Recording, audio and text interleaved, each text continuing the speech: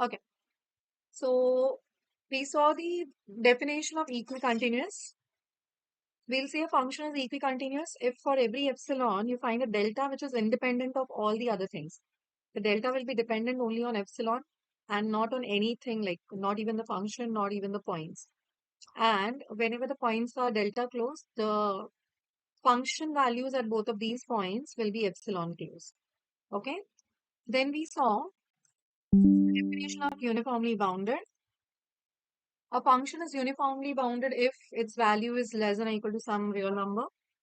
Okay, for all the values of the functions which are within the given interval.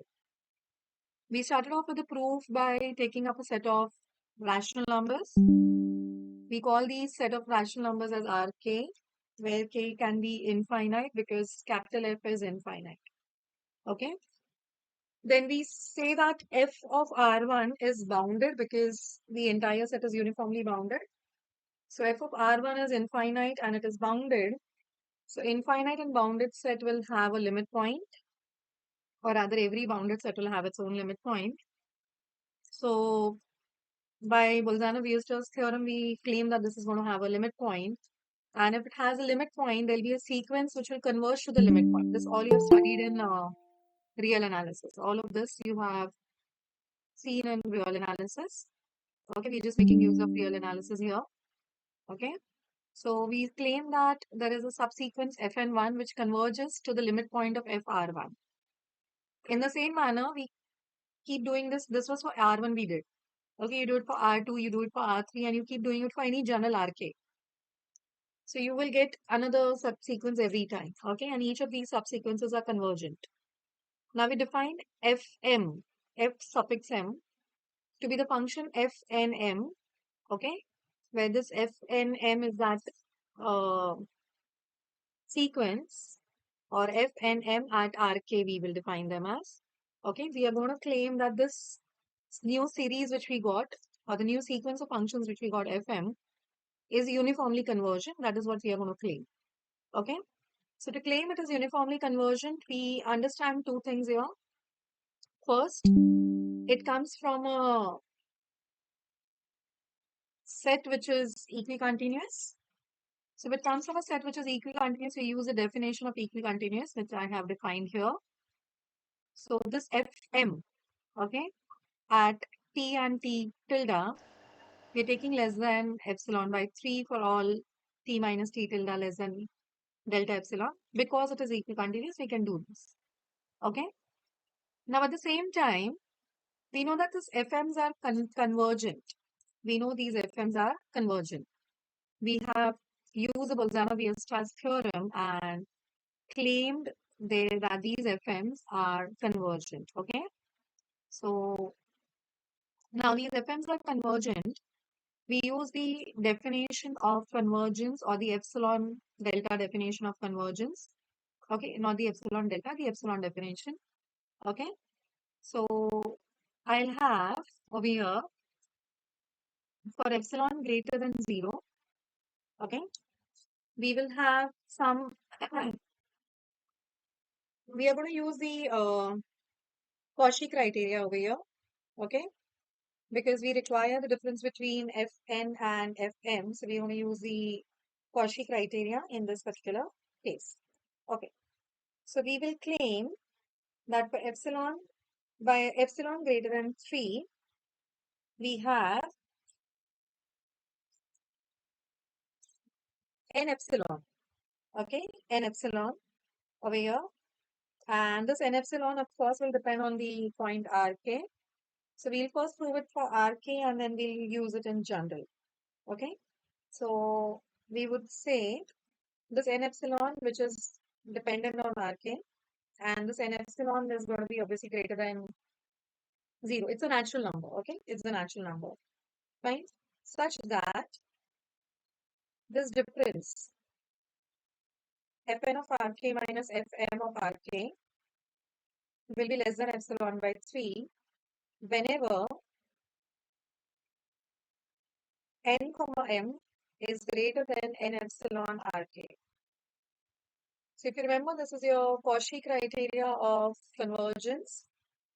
So if a sequence is convergent, we can always claim it as Cauchy. If a sequence is convergent, we can always claim it as Cauchy. The vice versa is not true always. Not every Cauchy sequence is convergent, but yes, if a sequence is convergent, it is Cauchy. Okay, so we can claim this. Now let's get to the target. Our target is to prove that Fm is uniformly convergent. Our target is to prove that Fm is uniformly convergent. To do that, we'll have to do a few things here. First thing, we divide the interval I. We are working on an interval I, right? We are going to divide it into finite subintervals. Now understand we are working on finite, okay? Say I1 till IP, such that the length of the largest interval or largest subinterval, I would say, is less than delta epsilon. So you take care that the size of the interval does not cross delta epsilon. Now what will happen if it does not cross delta epsilon? Any 2 points if you take within the interval, any 2 points, okay, this condition will always get satisfied. Are you understanding the reason for dividing the interval I into these subintervals? We're doing so that each of these points within all of the intervals will be delta case. Okay, will be delta case because the largest size we are allowing is delta or less than delta rather. Okay, so if this works out, equation 1 will always work out for all of these functions. Okay, so all of these functions will be automatically equicontinuous. Now, for each interval or each subinterval,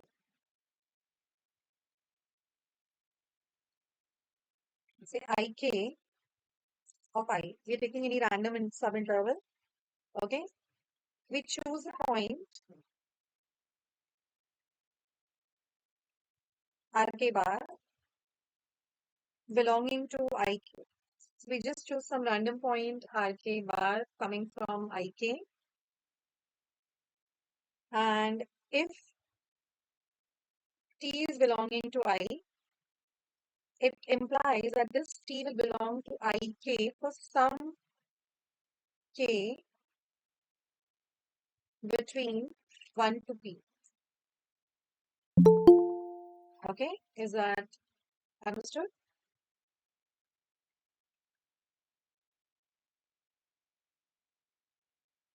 I hope you're getting this.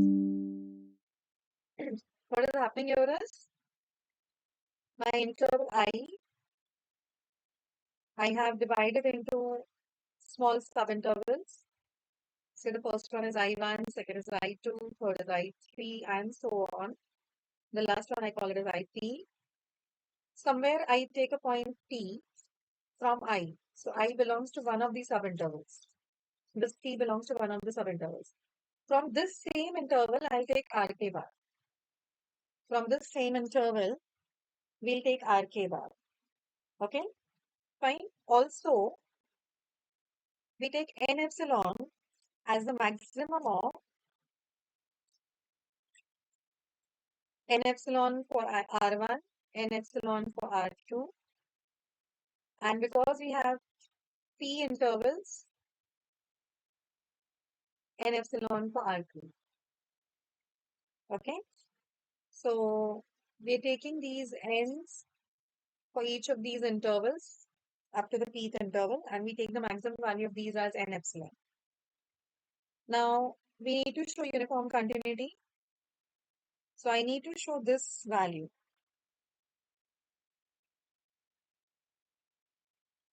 Should be less than epsilon. Should be less than epsilon. Okay, this is what our target is. That this value should be less than epsilon. Also, let's understand that, yeah, So this value should be less than epsilon is what we need to prove. So we split this into, let me write this as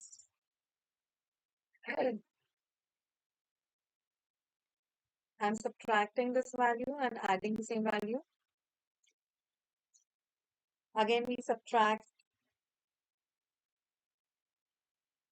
this value and add the same value. And lastly, we have this minus fm of t. Okay, it's a mod. So this term is present here, and this term is present here. In between, we have added and subtracted these two terms. Added and subtracted both of these terms. Okay.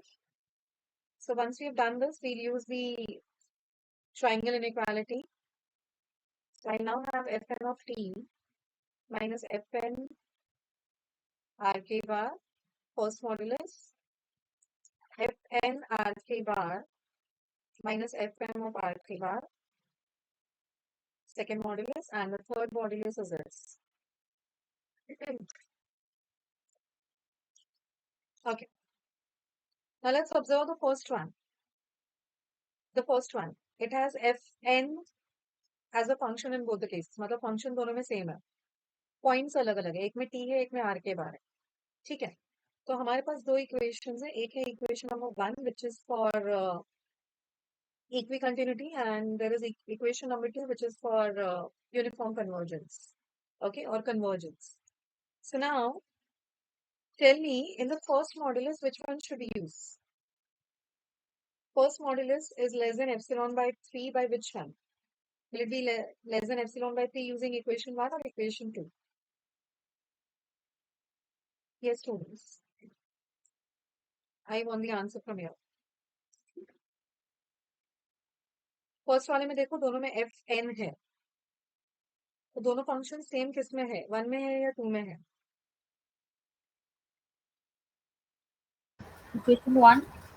Correct, equation 1 में है ना, दोनों में F M M, दोनों के suffixes same है, जबकि equation 2 में सफिक्सेस चेंज हो जाते हैं. तो इक्वेशन 1 से I can claim this is always going to be less than epsilon by 3. और ये क्यों हुआ? Because now understand why these assumptions were made. Equation 1 में आप कब क्लेम कर सकते हो लेस देन एप्सिलॉन बाय 3? जब दोनों पॉइंट्स जो है वो डेल्टा क्लोज होंगे, एंड वी हैव टेकन दो सब इंटरवल्स जिसकी लेंथ डेल्टा से कम है. हर एक सब इंटरवल की लेंथ डेल्टा से कम है, और ये टी और आर के बाद दोनों सेम सब इंटरवल से है. अगर वो सेम सब इंटरवल्स है तो उनकी डिस्टेंस हमेशा डेल्टा से कम है. तो आपका t माइनस टी डेल्टा जो है उसका डिस्टेंस डेल्टा से कम है, तो आप ये क्लेम कर सकते हो. ओके, आई होप इक्वेशन 1 यहाँ पे यूज हुआ है, कैसे वो समझ में आया है सबको. Is this fine with everyone? Now tell me the second one, you will get it from. Second one is also less than epsilon by 3, but you will get it from equation 1 or 2? Equation 2. Correct, equation 2. And again, ये valid क्यों हुआ? ये valid क्यों हुआ? Equation 2 की validity के लिए, okay, just one minute, there's someone who is asking me to join. Okay. Oh, sorry.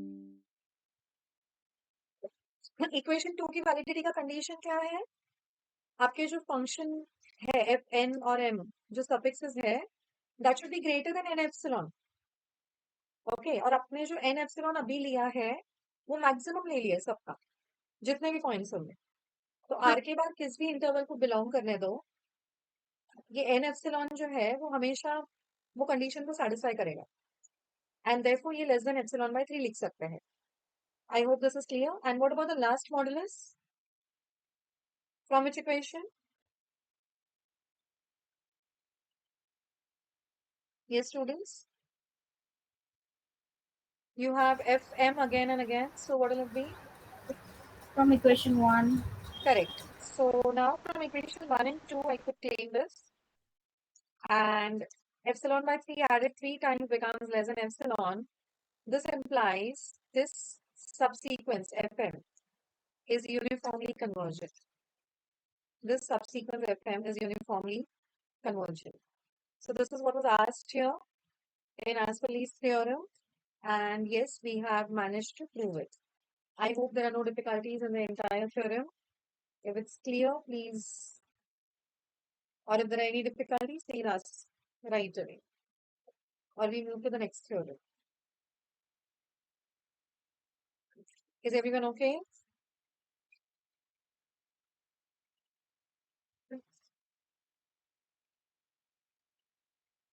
Is everyone fine with this?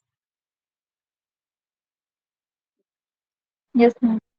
Okay, fine. So the next comes the exact existence theorem, which is okay, also known as, we've already seen the definition of existence theorem. We will be stating the statement here and proving it. The theorem is known as Cauchy Paeno existence theorem. Cauchy Paeno existence theorem. Okay. So the Cauchy Paeno existence theorem, if it is asked, you have to understand it is for first order. Okay, this is for first order. So let's look at the statement of the theorem. If f belongs to C, means f is continuous on the rectangle R. On the rectangle R. Do you remember the rectangle R which we are talking about right now? Anyone? We have already used this rectangle in epsilon approximation theorem. What is the rectangle R?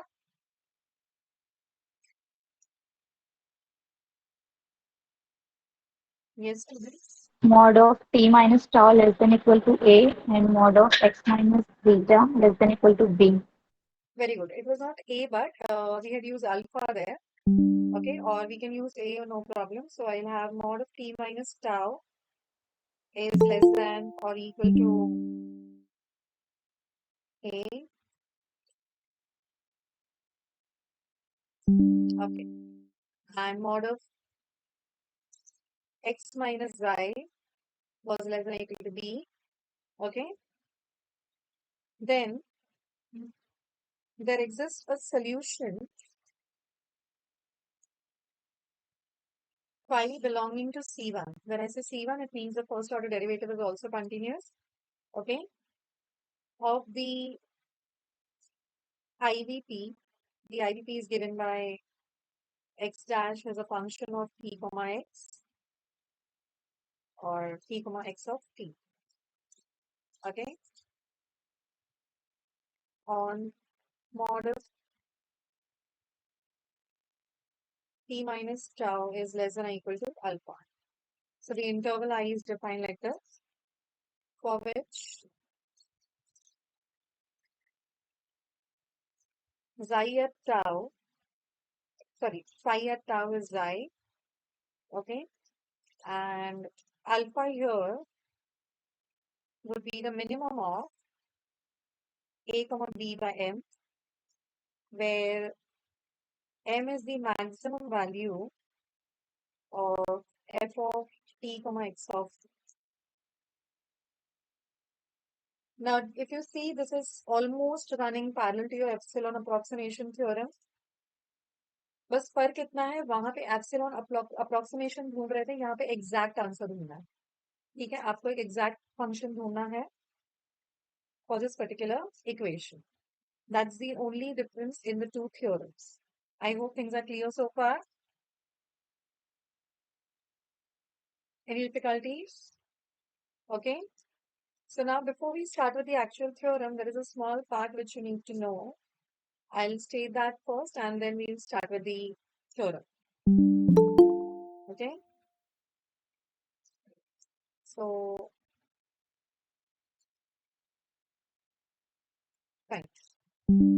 So does that part which we need to understand over here is, for the IVP, x dash equal to f of t comma x of t,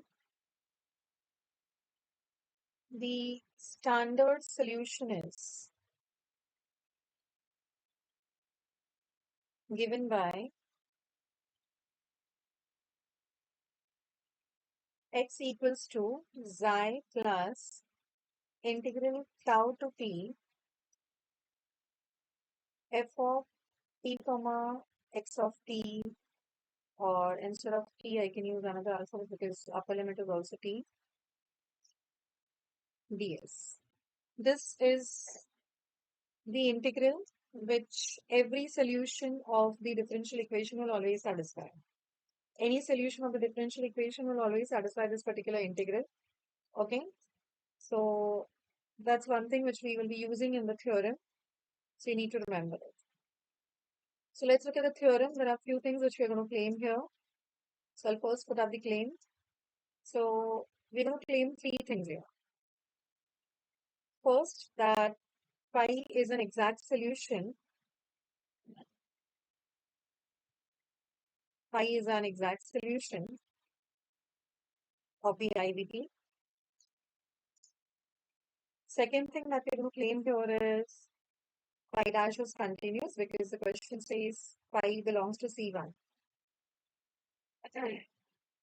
And third thing we're going to conclude here is that what we're going to prove is phi of tau is xi.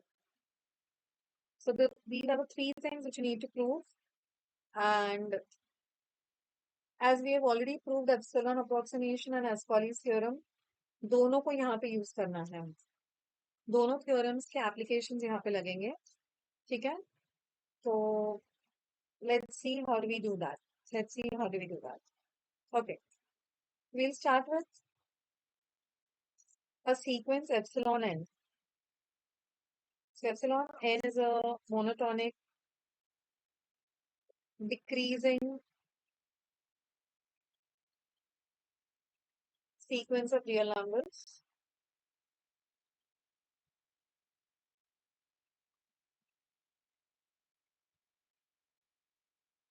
such that epsilon n will tend to 0 when n tends to infinity. So ये जो decreasing है मतलब हर एक value कम कम कम होते जा रहा है. तो ये ऐसे है कि as n will tend to infinity, there will come a point where epsilon n की वैल्यू 0 को पहुंच जाए. Okay, it will become very very small. ठीक है? So by the Cauchy-Euler's theorem, this is nothing but your epsilon approximation theorem.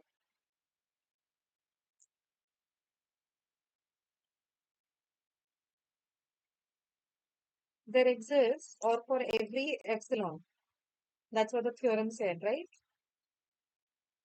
For every epsilon, okay, there exists an epsilon approximate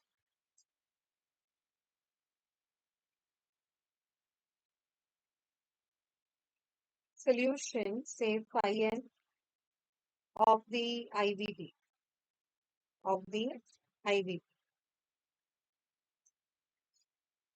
the interval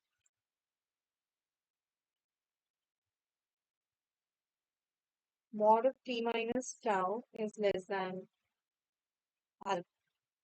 Okay, so this is what the epsilon approximation theorem told us. Epsilon approximation theorem हम कब लगा सकते थे? What were the conditions of epsilon approximation theorem? That the given function, okay, in epsilon approximation theorem, what you needed was the given function over there should be continuous. That was the only thing which you required. Okay, तो यहाँ पे ये claiming that अगर एक IVP है तो उसका epsilon approximation हमेशा मिलेगा हमको. ठीक है? F is continuous हमारे पास given होगा.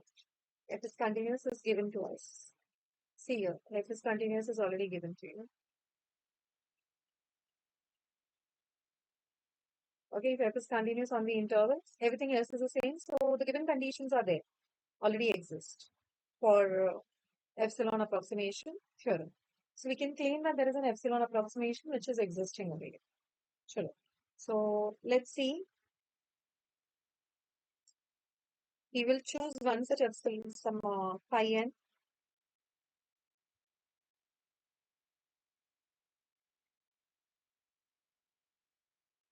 for each epsilon n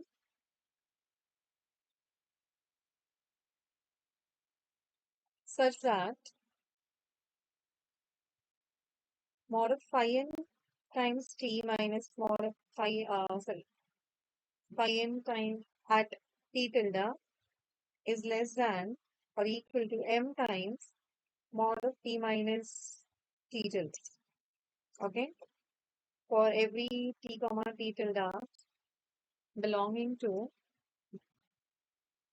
tau minus alpha, tau plus alpha. Now, if you remember, this is an epsilon approximation of our solutions. So for every epsilon, I can keep getting another different approximations. We will choose that epsilon approximation which will satisfy this particular condition. Okay, so we call this as, say, equation number 2, and equation number 1 will be your IVP. Equation number 1 will be your IVP. So I have written the IVP here. Okay, so this is my equation number 1. So now our claim is going to be that this phi n is uniformly bounded.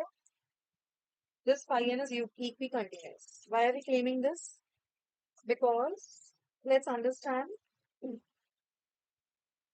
Epsilon approximation theorem से जो मिलना था वो epsilon approximation मिल गया. अब एस्कॉलिस theorem लगाने वाले हैं. ओके, एस्कॉलिस थ्योरम लगाने के लिए हमारे पास गिवन कंडीशंस क्या होनी चाहिए थी? So you can observe your in एस्कॉलिस that your function should be equicontinuous and uniformly bounded. Okay, so we are going to prove that this phi n which we have chosen is equicontinuous and uniformly bounded. So let's claim those two things. So the first claim that phi n is uniformly bounded.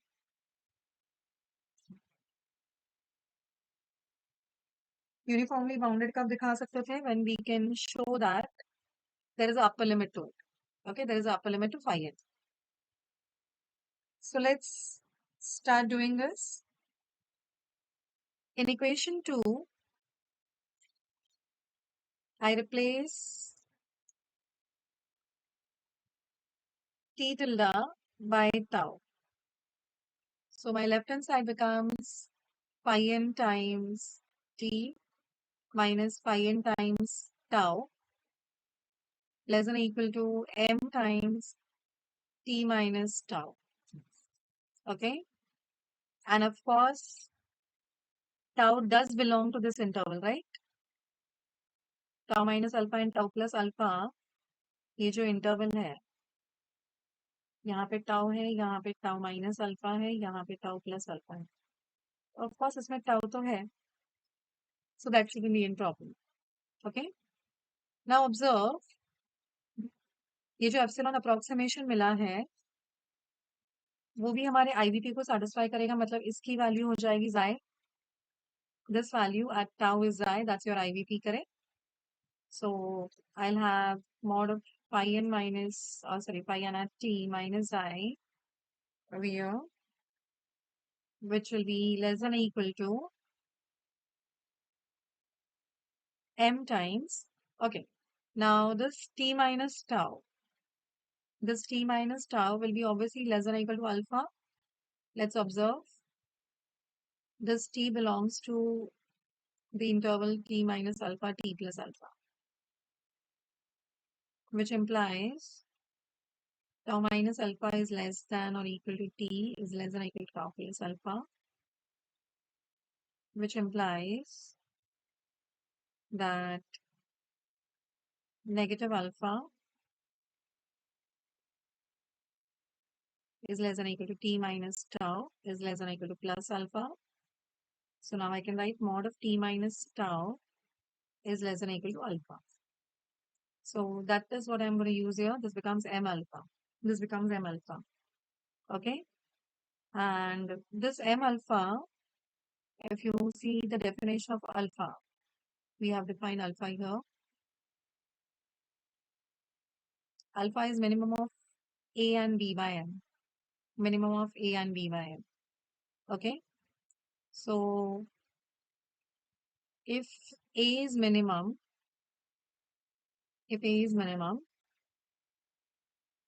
so alpha is equal to A हो जाएगा. And if P by M is minimum, तो alpha is equal to P by M हो जाएगा. A अगर minimum है तो A already B by M से छोटा हो जाएगा ना A in this case also. Okay, तो यहाँ पे what I can claim is this entire thing will be less than B. Alpha के कोई भी वैल्यू होने दो. फर्स्ट वैल्यू में लेस देन हो जाएगा, सेकंड वैल्यू में लेस देन और इक्वल टू हो जाएगा. So I can always claim less than or equal to for the safer side. Okay, in this case. So this is what I get here. I leave this as equation 3. मुझे uniformly bounded proof करना है, मतलब ये जो phi n at t है, it should be less than or equal to some constant. It should be less than or equal to some constant value. So I'll write this as phi n of t minus xi plus xi. This becomes less than or equal to phi n of t minus xi plus mod of xi. This is your triangle inequality, property of the modulus function. Now from 3, this is less than or equal to b plus mod of xi. Now b is a constant, mod of xi is a constant. So can I claim from here that phi n is uniformly bounded? Uniformly bounded. Okay, the entire sequence is uniformly bounded. I hope this part is clear with everyone. Okay, and it is uniformly bounded on mod of t minus tau less than or equal to alpha, the interval I. Is this understood by everyone? What are we doing here? We are doing this so that we can apply Ascolis lemma, because Ascolis lemma में given condition होनी चाहिए या फिर आपका जो function है वो uniformly bounded and equicontinuous होना चाहिए. So वही proof करने के लिए हम ये करने की कोशिश कर रहे हैं यहाँ. तो uniformly bounded हो गया है. हम इसके बाद try करेंगे prove करना कि ये जो function है वो equicontinuous. तो ये दोनों होने के बाद Ascolis lemma apply करेंगे and उसके बाद we will be working with our answer. Is this okay with everyone? Yes, ma'am. Okay. So yeah, this was the first claim. Second claim we are going to prove now is phi n is equicontinuous. Phi n is equicontinuous.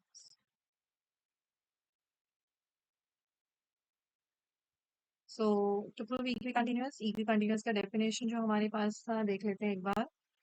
You are expected to prove that mod of fn minus fm.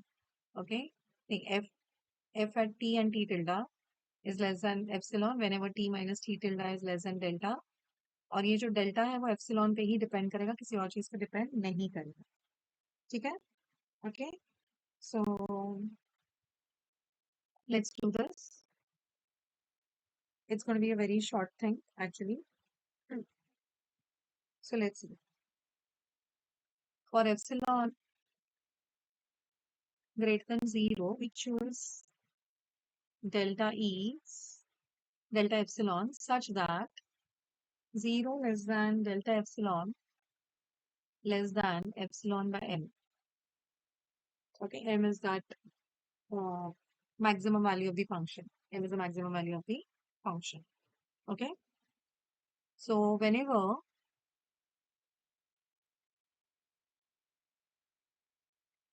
mod of t minus t tilde is less than delta, what are we supposed to prove? That phi m at t and phi n at t tilde, wo jo difference hai, it should be less than epsilon. We are supposed to prove that, correct?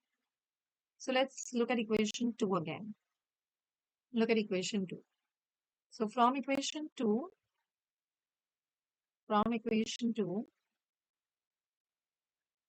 we have phi n at t minus phi n at t tilde is less than or equal to m times mod of t minus t tilde. Is this correct?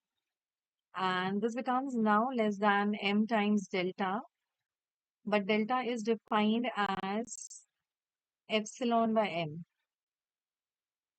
So I can say this is less than epsilon. Now let's also understand that this delta was dependent only on epsilon. हमने epsilon के basis पे ही सिर्फ delta को define कर दिया था. Okay? So this therefore shows that phi n is equicontinuous. I hope equicontinuity is also clear. So we have proved both the conditions of Ascolis theorem, and therefore we can now apply Ascolis lemma. So using Ascolis lemma, I can say that there exists a subsequence.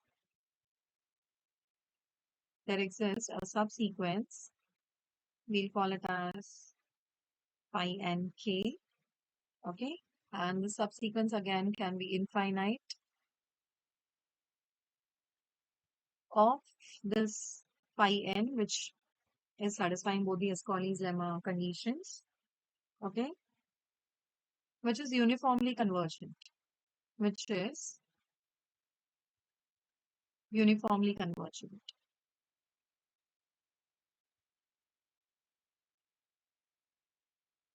To a limit point function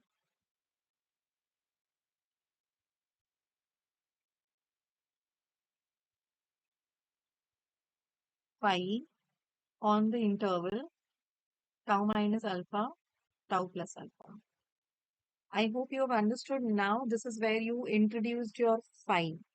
Phi अब तक हमारे लिए exist ही नहीं कर रहा था. सारी चीजें जो हमने starting में जो claim की थी, all of these 3 claims were for phi. Phi is the exact solution, phi dash is continuous, phi of tau. But phi हमारे पास अब तक आया नहीं था. Phi अभी आया है हमारे पास. Using Ascolis lemma, we came to that function phi. Okay, and that was possible only because it is uniformly convergent, and we could come to all of these things just because of epsilon approximation. Epsilon approximation exist करा था, उसमें से एक हमने phi n उठा लिया, and फिर वो phi n को हमने prove किया कि equicontinuous है and uniformly bounded है, and therefore we could now claim it is uniformly convergent है and bounded है. So there will be a limit point, and because it's a function, like sequence of functions, the function pe hi it will go. So we are getting something like this. So this implies we've got a subsequence phi n of k, okay, which converges to phi of t, as k tends to infinity. So now we also know that the limit of uniformly convergent sequence is continuous. The limit of uniformly convergent sequence is continuous. Therefore, phi of t, which is the limit, is continuous. So the first 3 claims which we made at the start, the first one was phi is continuous. Okay, sorry, phi is an exact solution and phi dash is continuous. But yes, phi should be itself continuous. That's what we got here. Phi of t is continuous. Okay. Now our claim is going to be that this phi which we obtained here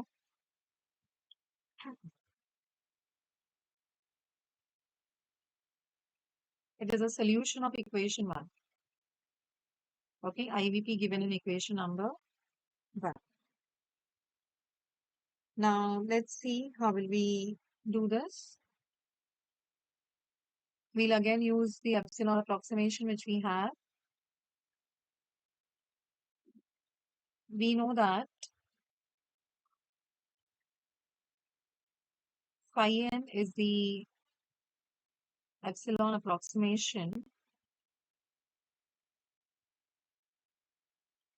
solution of 1 on the interval tau minus alpha to tau plus alpha. This is what we are aware about. So now this phi n at t can be written as xi plus integral tau to t f of s comma phi of s ds plus delta n of s. Now, what is this delta n? Why did we get this? Let me first write it here. See, यहाँ पे एक चीज note करो, ये जो phi n है ना, ये अप्रोक्सीमेट सोल्यूशन है और ये इंटीग्रल कहाँ से आया? If you remember I had given you in the start itself कि आईवीटी का जो स्टैंडर्ड फॉर्म ऑफ सोल्यूशन है here in green will be of this form: x is equal to xi plus f of s comma x of s. तो ये जो equation था वो x के फॉर्मेट में था. We are writing it now for phi format. Okay, that is one thing. Second thing, why did I introduce this delta? Because there will be an error. Epsilon approximation है ना, ये exact answer नहीं है. तो approximation मतलब एक error का scope होगा यहाँ. ठीक है. तो वो जो error यहाँ पे हो रहा है वो delta n का error है. I hope so far things are clear with everyone. Okay. अब यहाँ पे phi dash के लिए जाएंगे, phi n dash पे जाएंगे. Phi n dash of t. So derivative of xi is a constant, will become 0. अब इसका डेरिवेटिव कैसे लेंगे? तो dy ds will go inside. Sorry, dy dt will go inside because we are taking derivative with respect to t. Okay. So f of s comma phi of s plus delta n of s plus upper limit लगेगा. Okay, when I put it here. So f of t comma phi of t plus delta n at t minus, and yes, you will also have dt by dt. Okay. Minus lower limit apply करेंगे. So lower limit is tau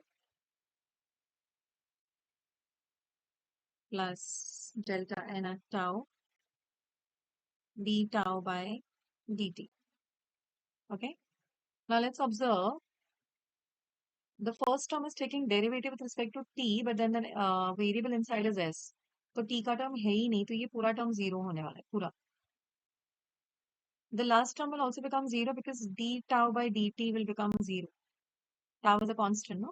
So this term will become 0, तो ये last term भी 0 होने वाला है. So what I will be left with over here is, just a minute. Okay. So what we will be left over here with is f of, okay, to change the pen.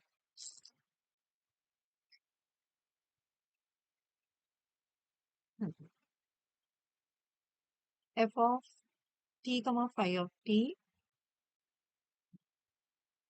plus delta n at t. This is your phi dash. This is your phi dash. Okay. So now can I claim from here that this error is going to be phi dash minus the function. And of course it's at n, not phi. Everywhere it should be n. Okay. Yeah. So I can do this. We're just shifting the terms from left to right. So we take a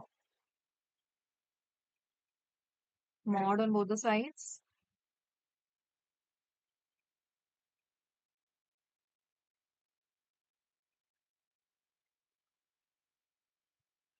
Now what is this second modulus? This second modulus, let me take you to the last lecture notes.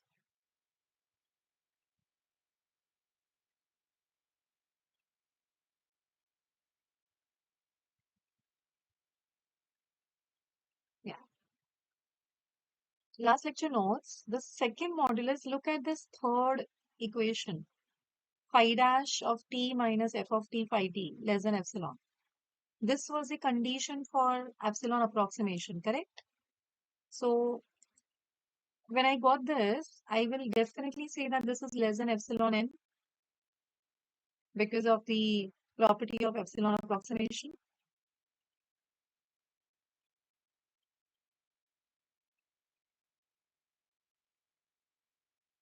I can always claim this. Okay, fine. Also, okay, we'll leave this as equation number 4 here. Okay. Also, we know that this phi n k is converging uniformly to phi of t.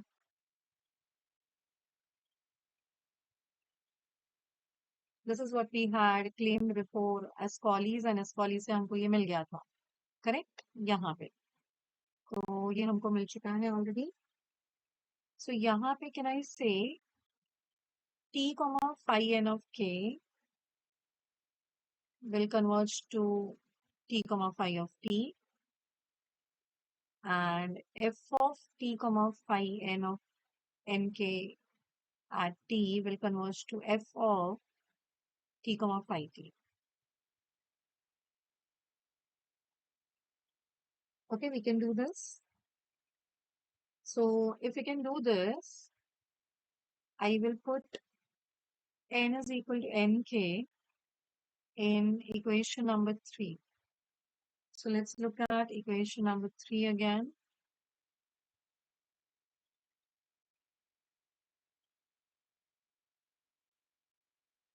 Yeah. This was our equation number 3, where we had shown phi n of t is minus xi is less than or equal to v. Someone wants to join. Okay. So here we are going to replace n with nk. So what do we get over here now?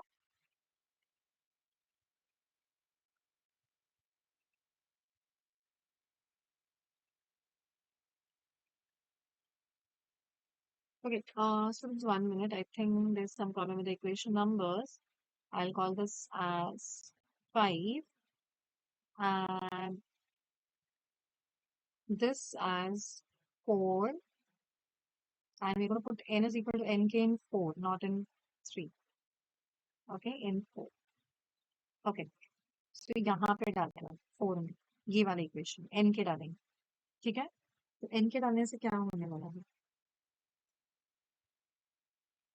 Phi nk at t is xi plus integral tau to t f of t comma phi nk at, okay, not t, we'll use s inside the integral because limit point में अगर t है तो आपको अलग variable use करना पड़ेगा,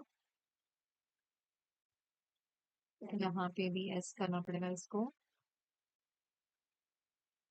plus delta n के हो जाएगा ये at s एंड ये होगा ds.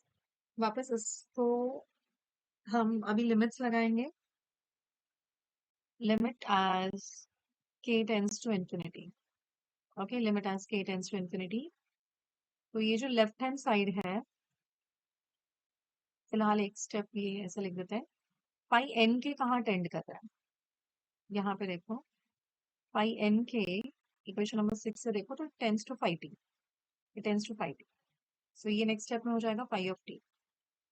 ओके, सो ये जो टेंडिंग है ना, ये कब होता है? जब as k tends to infinity everywhere. So इसीलिए हमको n k लेना पड़ा है. Okay, as k tends to infinity, if this is happening. Right hand side में कांस्टेंट को कुछ फर्क नहीं पड़ेगा, so as it is. Limit जो है वो इंटीग्रल के अंदर चला जाएगा, so tau and t limit of k tending to infinity f of s comma phi nk at s plus delta nks, okay, ds. Now, left hand side, I have already written the limit will become phi of t. I'll just write it one line below.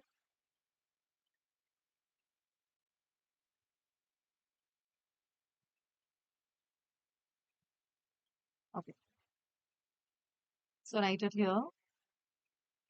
Xi remains the same. Now look at equation number, say we have already taken 6 here. So use equation number 7 and limit of the function will become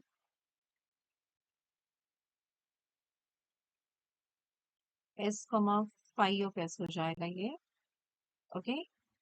Also, we will use this thing.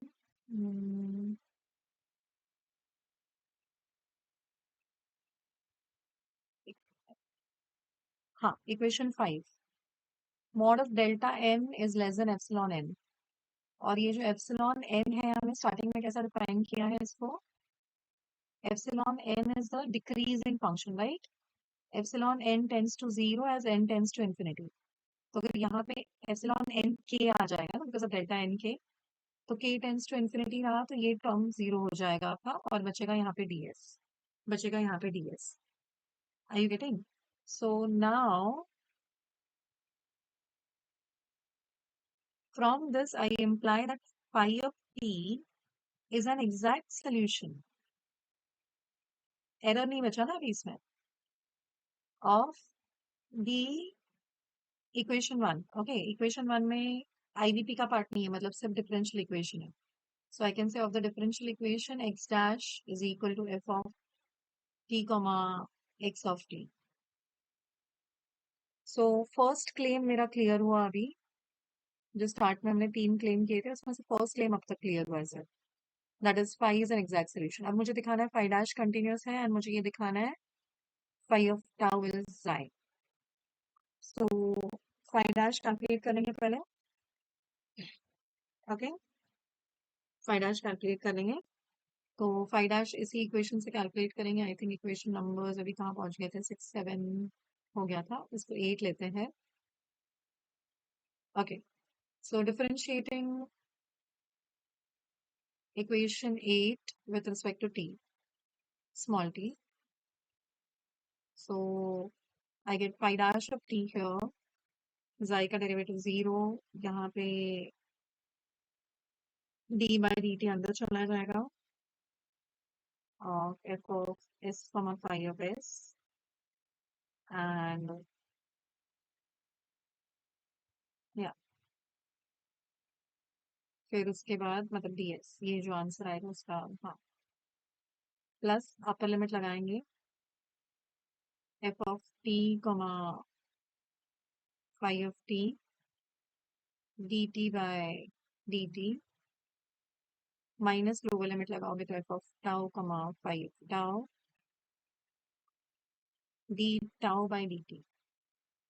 Okay, so the first term will be 0 again because derivative is with respect to t and the function is with respect to s. The last term will be 0 because of d tau by dt, which is a constant. Tau is a constant number. So we will be, this is 0, this is 0. Okay, so we will be left with only the second or the third term, we can say. So f of t comma phi of t and dt by dt will become any which is 1. So understand phi dash is equal to the function. Phi dash is equal to function. But we know that f is already continuous. F belongs to C दिया था. So अगर f continuous है तो phi dash is also continuous, right? So phi dash continuous हो गया. Second claim हो गया. अब third claim ये था हमको प्रूव करना था कि phi of tau is xi. Phi of tau is xi. तो यही इक्वेशन नंबर 8 जो मैंने लिया है वहां पे अपर लिमिट भी टाउ डाल दूंगी मैं, मतलब बिकॉज ये आपको प्रूव करना है ना.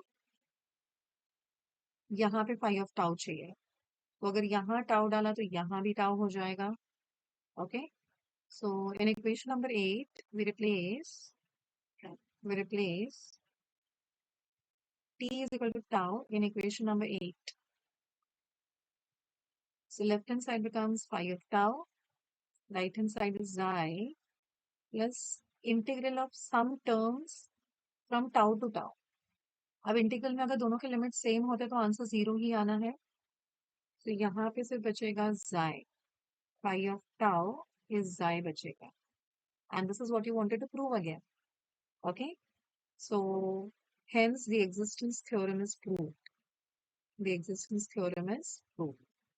I hope there are no difficulties. You will definitely have to go through it once or twice, do a written practice. Unless and until you don't do that, you will not be able to get it. Okay? Completely correct. I hope the theorems are clear. So to prove the existence theorem for first order, we had to do two theorems, the Epsilon approximation, which is also known as the Cauchy-Euler's theorem, and Ascolis, Arzela-Ascolis lemma. And then we went to the Cauchy-Paeno existence theorem. Okay? Is this okay with everyone? Yes, ma'am. Fine. So today we'll stop here. As I told you in the start itself, I'll be able to take only 1 hour lecture today. And tomorrow I'll take an extra 1 hour lecture. I'll update the timing tomorrow morning itself. Okay. So we'll stop here. I'll update the notes and everything. Maybe tomorrow itself. Right. We'll stop here. Thank you, guys.